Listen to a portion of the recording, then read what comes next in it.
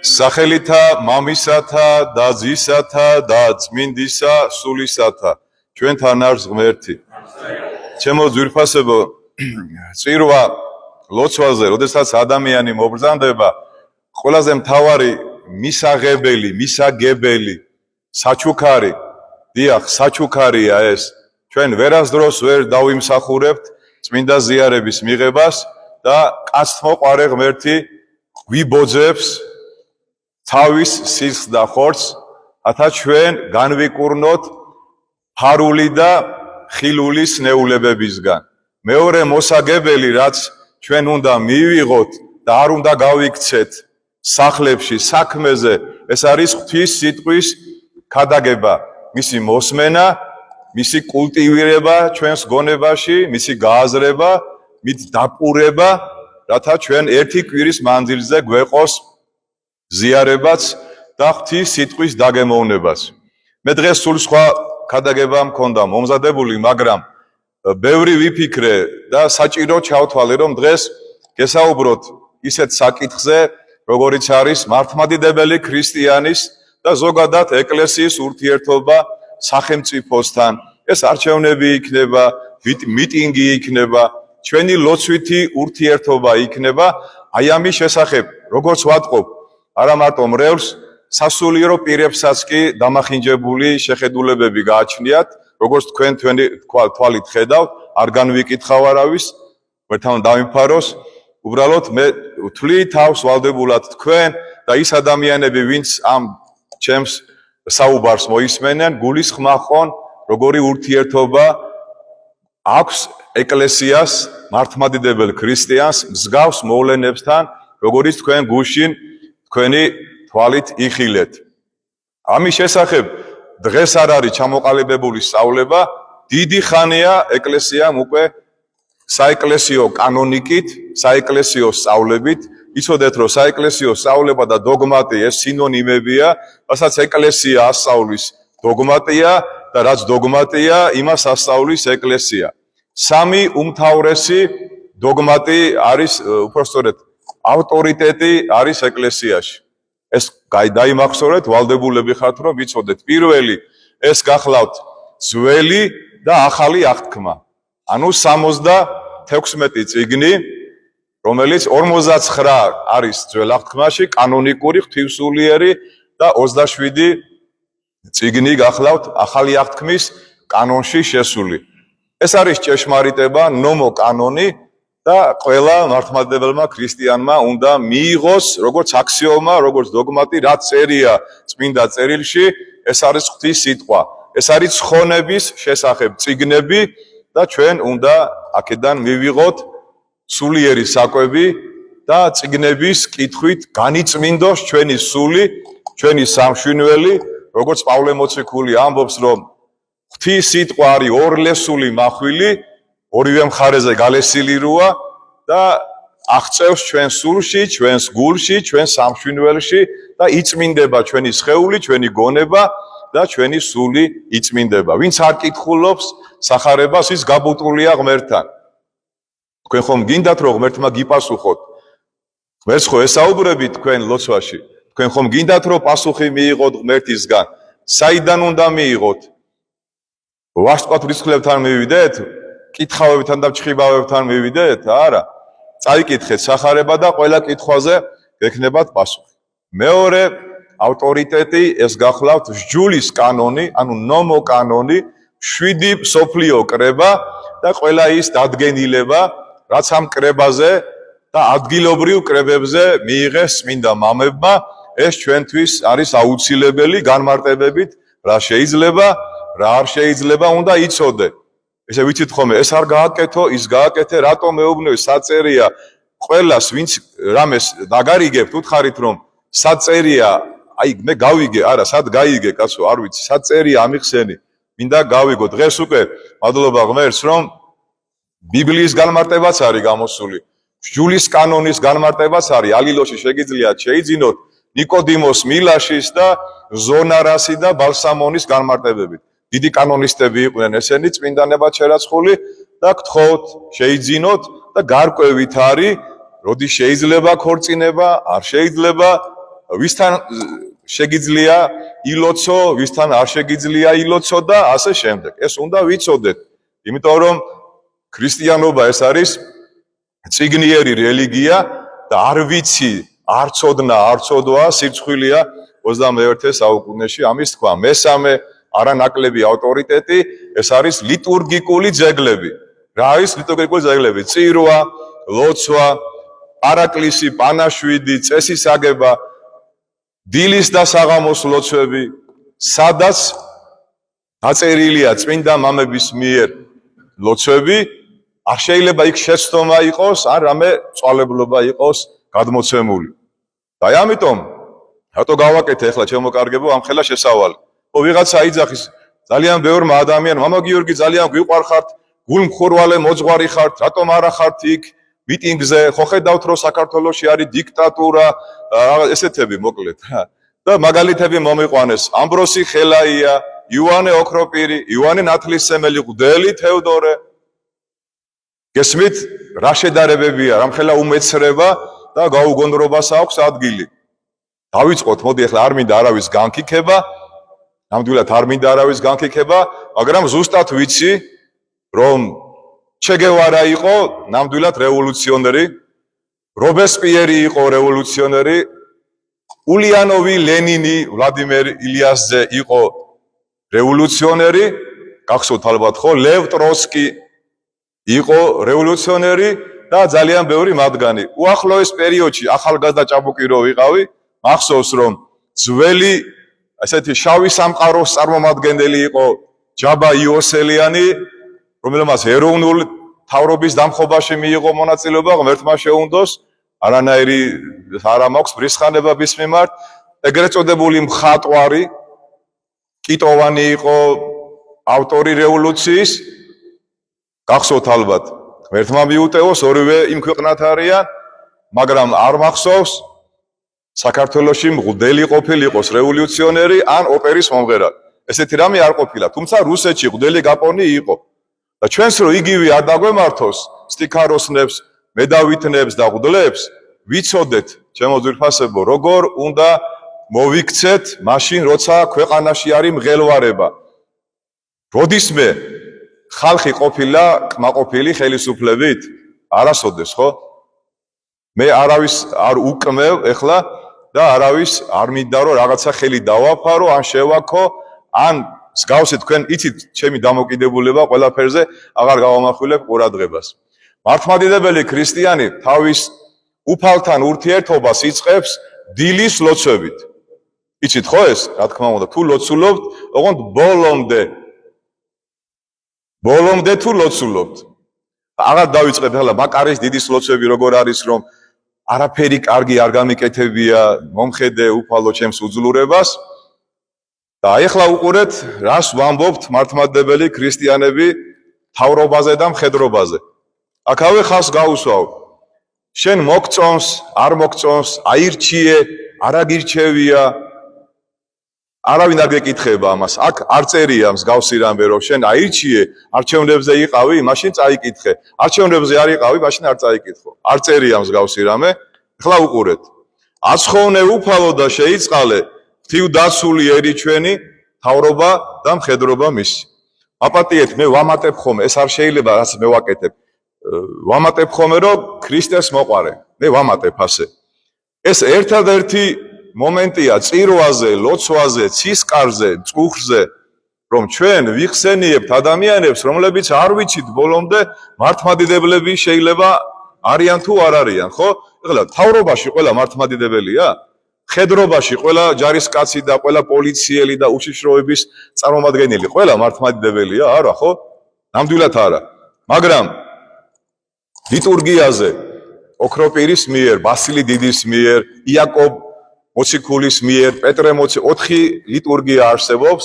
ყველაზე დიდი და ვრცელი და პირველი გახლავთ იაკობის ლიტურგია, შედარებით მცირე და კერძო, აი მაგალითად საპატიმროში ხარ და გინდა ზიარება. აი შენთვის პეტრე მოციქულის ლიტურგია უნდა ჩაეტარებინა მოძღვარს.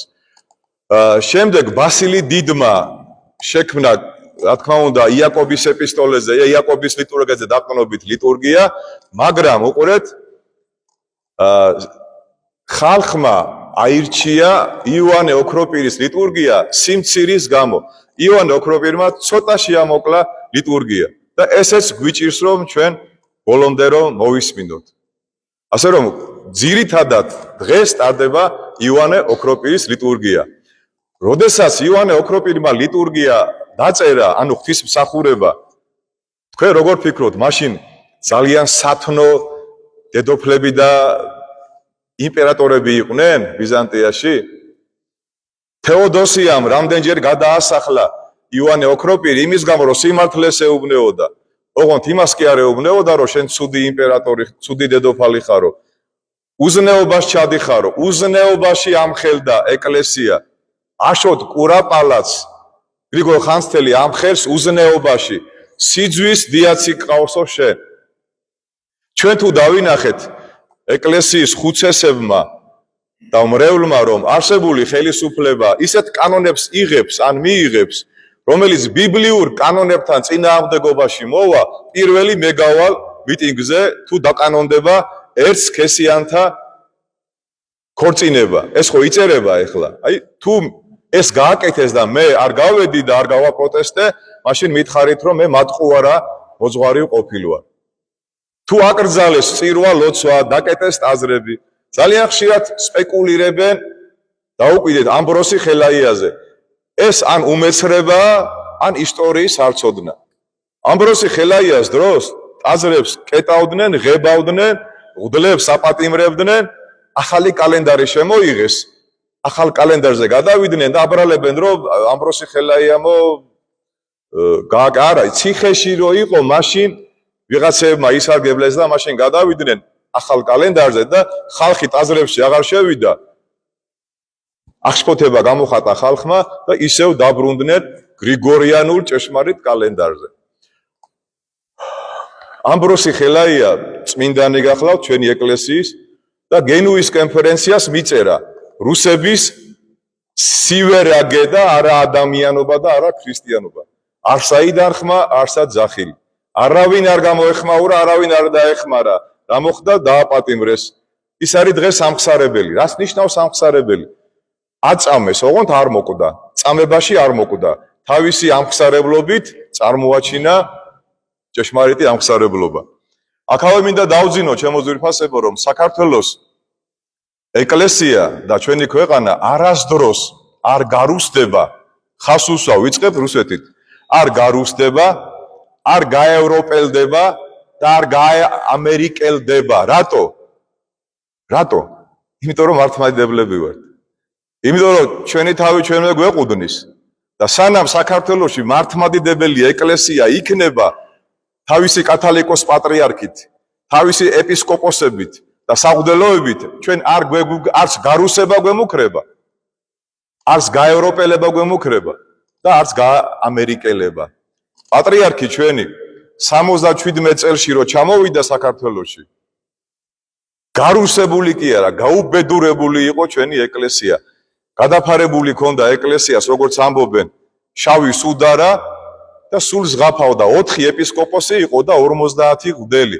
ის 4-ვე ეპისკოპოსი თბილისის ტაძრებში იყვნენ. ყველას ეგონა, მაშინდელ ლიბერალებს, რომ დამთავრდა საქართველოს ბედი, გარუსდა საქართველო, პრორუსული პატრიარქი ჩამოვიდა.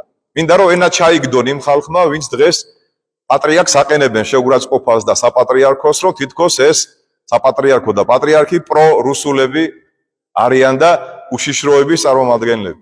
პატრიარქის ჩამობრძანებით აქ ყველა მონასტერი გაქართულდა, ის ბაბუსიები და მატუშკები გარდაიცვალნენ და წავიდნენ და ქართული სულისკვეთება აღორძინდა საქართველოს სამოციქულო ეკლესიაში. ეს პატარა ისტორიული ექსკურსი უმეცრებისთვის, თავხედებისთვის და ბრიყვებისთვის, ვისაც გონია რომ ახან რუსების მართლმადიდებლობა ჯერ არ მინახავს. სერაფიმ საროველისა კი, თეოფანი დაყუდებულისა კი, სერგი რადონელიჩისა კი, მაგრამ პუტინის მართლმადიდებლობა ჯერ არ მინახავს. როგორ შეიძლება რომ შენს მართლმადიდებელი ქვეყნის პრეზიდენტი იყო და ასე ექცეოდე მართლმადიდებელ ქვეყანას, რომელიც შენი უფროსი და არის. უფროსი და საქართველოს ეკლესია რუსეთის უფროსი და არის და არა უმცროსი. ეგეც იცოდეთ კარგად. და კიდევ დავძენ, მე როცა სტუდენტი ვიყავი 97 წელს 5 ბერი ბეთანიაში გაიფიცა, რომ საქართველოს ეკლესია გამოსულიყო ეკუმენური საბჭოდან. ყველას ეგონდა რომ პატრიარქი ამას არ გააკეთებდა და კოზი ნაცარში ჩაუვარდა ყველას. ჩვენმა ბრძენმა და გონიერმა სულიერმა პატრიარქმა სინოდი მოიწვია და ჩვენი ეკლესია გამოვიდა სოფლიო ეკუმენური საბჭოდან. რუსეთი დარჩა.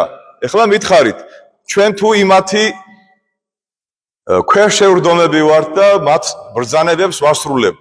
შეიძლება ასეთი რამე მომხდარიყო რუსების ჩარევის გარეშე? არა მგონია, ხო?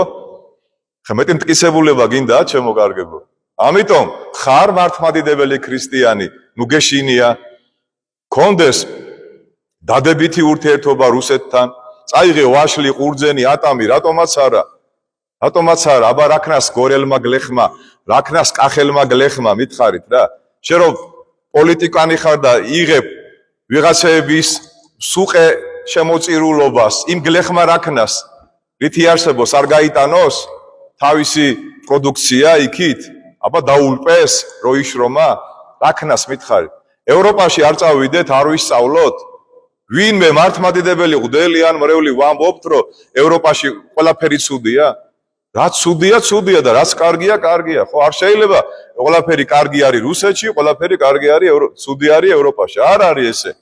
ჩემი ერთი შვილი, მე მგონი დაგღალეთ უკვე ამერიკაში, იცავს სადოქტოროს. და ამაყივარ და ბედნიერი, ამით ოღონდ, რაც არ მოწონს, ამბობს, რომ მე ჩემ შვილებს აქ არ გავზრდი.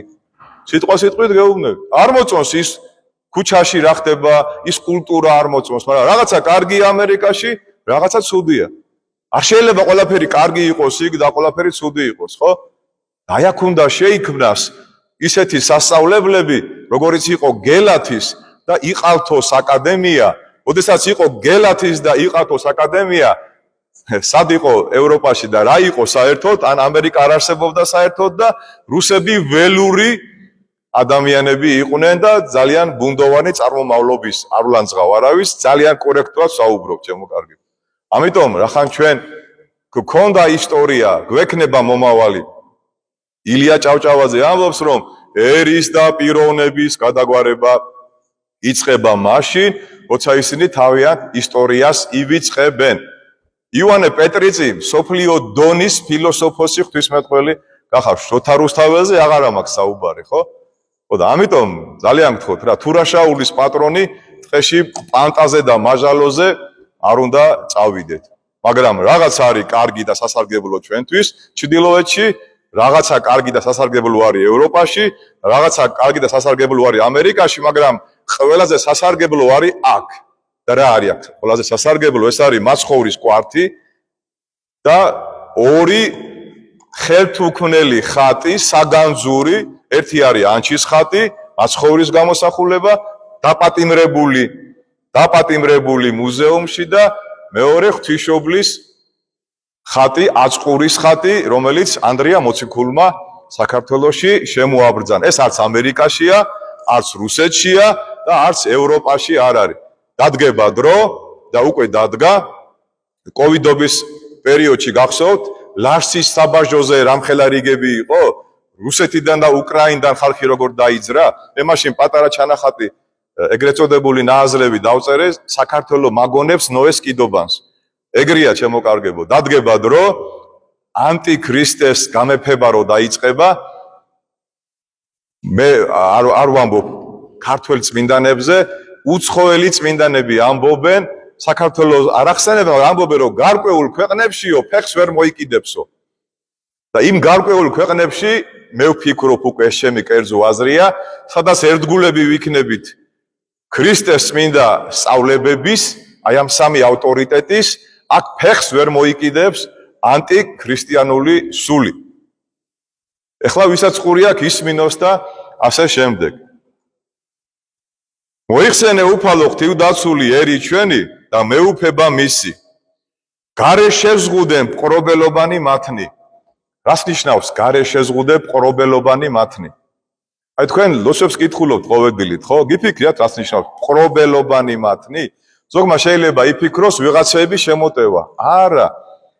მე და თქვენ ყოველდღიურად ვევედრებით ღმერთს, რომ ჩვენ ქვეყანას რომელი ხალხიც მართავს, მათი ყრობელობანი, მათი მიდრეკილებები ცოდვისკენ, ვერცხლის მოყარეობისკენ, ამ პარტავნებისკენ შეზღუდე ღმერთო, რომ ბევრი არ მოიპარონ ბიუჯეტიდან, ჩვენს დაგვიტოვონ რაღაცა. გესმით? შეზღუდე ყრობელობანი მათნი. რამდენი კითხულობს ახლა ამას და არც კი გაუმახვილებია ყურადღება, რა ყრობელობაზეა საუბარი. რუსებმა ვარ დაგვიფრონ? თუ ევროპელებმა? არა. ვევედრებით ღმერთს, რომ მე შენ აგირჩიე, მაგრამ შენც ადამიანი ხარ, ვიცი რომ ხვალე ეხლა კი ყვირი ხარ ლოზუნგებით რომ კაი ტიპი ხარ, მაგრამ ხვალე ვიცი რომ დაიწყებ იქ ვირთხობას. ბეღელს თაგვი შეეჩვიაო, ხო იცით, ხრავს რაცა, მაგრამ ყველაზე დიდი ვირთხაო თვითონ მოურავიაო, ხო გაგიგიათ, აკაკი წერეთელის აკვანში. ანუ ჩვენ დილით ვევედრებით რომ მე რო აგირჩიე, მე რო ავირჩიე მთავრობა, ღმერთო შეზღუდე ყრობელობანი მათ. ნახეთ რა მაგარი სიტყვა. სასურველია ეს დალოცვილი, რომ ეხლა ეს არის ედიშერ ჭელიძის თარგმანი, ყველაზე თანამედროვე თარგმანი, მაგრამ მე ვთხოვდი ბატონ ედიშერს და სულიერ ფილოლოგებს, რომ გაამარტივონ უფრო, გაამარტივონ არ ესმის ხალხს რა წერია აქ. არ ესმით რა ყრობელობანზეა საუბარი ხალხო. და შენ რო დილით ადგები და ევედრები ღმერთს, რომ ეს ხალხი 41 შემოხაზე თუ 9 თუ 7 თუ 48 შეზღუდე მათი გემოთმოყარეობა, მათი ლუარსაბობა, დარეჯანობა, გული კრულია კაცისა, ხარბი და გაუმაძღარი, გაუძღომელი. მე ვიცი ადამიანის ბუნება იმან არ იცის, იმას გონია რომ გაიმარჯვა, ეხლა თქვენ როგორ ფიქრობთ, მართლა 80%-მა აირჩია, ეს ხო სისულელია, მაგრამ ჯანდაბას გავატაროთ, ხო? ეს არ არის კარგი 80% რომ გიხარია, ეს ნიშნავს რომ დემოკრატია ძალიან საფრთხეშია. ეს არ არის კარგი.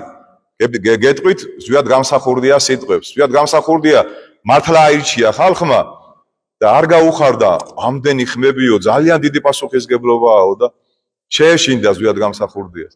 80% ძალიან ბევრია, მაგრამ კარგი იყოს, ხო? იყოს, მაგრამ შეზღუდე ღმერთო მათი გემოთმოყარეობა.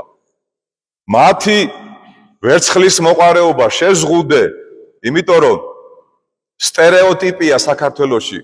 ადამიანები პარტიაში მოდიან იმიტომ რომ იღორმუცელონ და თვითონ ბიზნესები მოიწყონ, ყველას დეკლარაცია უნდა გამოაშკარავდეს და ის ადამიანები, რომლებიც ხელისუფლებაში არიან, უნდა შემოწმდეს მათი ქონება მანამდე და ხელისუფლებაში რომ მოვიდა მანამდე. სხვანაირად არ დაწყნარდება ქვეყანა, ჩემო კარგებო. არ შეიძლება ასე რა. არ შეიძლება მე მესმის რომ ბევრი ამას აზვიადებს, მაგრამ ჩვენ ხო ვხედავთ ამ ყველაფერს არა? როგორ შეიძლება რომ მართლა ადამიანი რომელიც შრომობს ძალიან დაბალი ხელფასი აქვს და რო ამთქნარებს პარლამენტის ხდომაზე და ღილაკზე თითის დაჭერა რო ეზარება და საღეჭ რეზინს რო აკრავს, აი იმას კონდეს 5 იმდენი. ეს უსამართლობა და ქვეყანა უსამართლობაზე ვერ იდგება. ვერ იდგება. დაიღუპება ესეთი ქვეყანა. და ნუ გადავაბრალებთ ახლა რა ვიღაცებს რომ აი არა უსამართლობა ღმერთს არ უყვარს. სადაც არის უსამართლობა, იქ ღმერთი არ არის. და სადაც წესრიგი არ არის, იქ ღმერთი არ არის. სადაც რევოლუცია, იქ ღმერთი არ არის. სადაც სიმშვიდეა, სადაც ზრუნვა, სიყვარულია, თავდაბლობა, ატიოსნება, ლოცვა, იქ არის ღმერთი. და შეზღუდე ყრობელობანი მათნი და დაუმორჩილე ქვეშე ფეხთამად ყოველნი მტერნი და ბრძოლნი მათნი და შთაუთხრენ გულთა შინა კეთილი და მშვიდობა. შთაუთხრენ რას ნიშნავს? შთაუთხრენ ჩაუნერგე გულში სიკეთე და სიყვარული. ხედავთ ჩემო ძვირფასებო, რამხელა ღვთისმეტყველება, რასაც ჩვენ ყოველდღიურად უნდა გულით ვამბობდეთ. ესე იგი ვეუბნები რომ შევზღუდე მათი გემოთმოყარეობა და ავხორცობა და ვერცხლის მოყარეობა და გულში ჩაუნერგე შთაუთხრენ გულსა შინა კეთილი სიმშვიდე, რათა მყუდროება საშინა მათსა კეთილ კრძალულებით ცხოვრობდეთ. აი ეს არის ჩემო ძვირფასებო, აი ამაზე ლოცულობს მართლმადიდებელი ქრისტიანი. გესმით? და რა იმაზე რომ დაამხე, გადააგდე, ცეცხლი წაუკიდე, აფეთქე, ასისულელია ხალხო. ლოცვაზე, ანუ მწუხრზე, ცისკარზე, წირვაზე ორგზის. თქვენ ალბათ დღეს დამაკვირდით, ხო? როდესაც გამოვედი პირველი რა ვთქვი? ღვთივ და სულიერი ჩვენი მთავრობა და ქრისტეს მოყარე მხედრობა მისი. ეს არის ჩემო ძვირფასებო, რათა მათი კეთილსინდისიერი ცხოვრებით და მათი ვნებებით დასხრომილი ცხოვრებით ჩვენ მშვიდობით ვილოცოთ და მშვიდობიანი ცხოვრება გვაქვს. რა შუაშია მღვდელი თევდორე დღევანდელ სიტუაციასთან? მღვდელი თევდორე არის ყველთელი ერთი უბრალო მღვდელი, დაინახავს რომ მტერი შემოვიდა და მეფის დაჭერა უნდათ. მეფის დაჭერა უნდათ და წაიყვანა გზაკვალი აუბნია და გადაარჩინა საქართველო. რა შუაშია დღევანდელი სიტუაცია მღვდელ თევდორესთან, ხალხო, რა შუაშია? და კიდევ ერთი ისტორიაში გადავიდეთ ისევ დემეტრე თავდადებული. ერთდროულად 3 ცოლი ყავდა. გესმით? ერთდროულად ყავდა 3 ცოლი. ეკლესიამ დასაჯა, არ მახსოვს რომ მიდიყო მაშინ მღვდელმთავარი, მაგრამ რა მნიშვნელობა, გვიცი რომ დასჯილი იყო, მაგრამ ლოცულობდა ერი მასზე. კი არ გამკვეთეს ეკლესიიდან, დასჯილი იყო. და რა გააკეთა ჩემო კარგებო? საქართველოს გულისთვის თავი გაწირა და დღეს წმინდანად არის შერაცხული. გესმით? აი ეს არის ეკლესიის როლი, ეს არის ეკლესიის დამოკიდებულება, ეს არის ეკლესიის თავარი დანიშნულება, რომ სიმშვიდე, სიყვარული, ვნებები დააცხროს ადამიანებში. უფრო მეცას გეტყვით, ეხლა არ იფიქროთ, რომ მარტო საქართველოთი შემოვიფარგლები, მე-6 საუკუნე რომის იმპერია, მეკობრე ფოკა აჯანყდება, იმპერატორს დაიჭერს, იმპერატორს მეუღლესთან ერთად, სახელი არ მახსოვს, ცოცხლად დაწვავს და თვითონ გახდება იმპერატორი. ფოკა. და ამ დროს ერთი წმინდა მამა, სახელი არ მახსოვს, მაპატიეთ, შეგიძლიათ გადაამოწმოთ ეკლესიის ისტორიაში, დაიწყებს ლოცვას, რომ ღმერთო, რატო გაწირე? ეს ხო იმპერატორია, ეს ხო შენი ანარეკლია დედამიწაზე, ეს ხო მისი ოჯახია, ღვთივსულიერი ხალხია, ამდენი ეკლესია, მონასტერია ბიზანტიაში. რა ხდება ღმერთო? იცით რა უპასუხა ღმერთმა ამ წმინდა მამას? მე უფრო უარესი მინდოდა თქვენი ცოდვების გამო მომეძებნა ვინმე, მაგრამ ამ ეტაპზე ფოკაზე მეტი მრისხანე კაცი ვერ ავნახეო და ეს მიიღეთ ჯერჯერობითო ღვთის რისხვათო. გესმით, ჩემო კარგებო? ახლა მე არ ვადრი არ გამეგოთ ახლა ისე რომ არსებულ ხელისუფლებას ან იმ ოლიგარქს ვადრი ფოკას, ეგრე ვიღაცებმა ახლა არ გამოაბანა მას კუდები. ჯვარი მწერია რა. ჯვარი მწერია, რა თქმა უნდა, რაც დამაბრალეს ეგეც საკმარისი იყოს რა. უბრალოდ მე თქვენ გასწავლით, ვალდებული ვარ, როგორი დამოკიდებულება უნდა გქონდეს მართლმადიდებელ ქრისტიანს ხელისუფლებასთან, პოლიტიკოსებთან და როგორ უნდა გავიდეთ სამშვიდობოზე, ფონი როგორ უნდა მოუძებნოთ, ხალხო? როგორ უნდა მოუძებნოთ ფონი? იცით ალბათ თქვენ სულ ცუცრო გელაპარაკებიან, მეტი კარგი მინდა გითხრათ.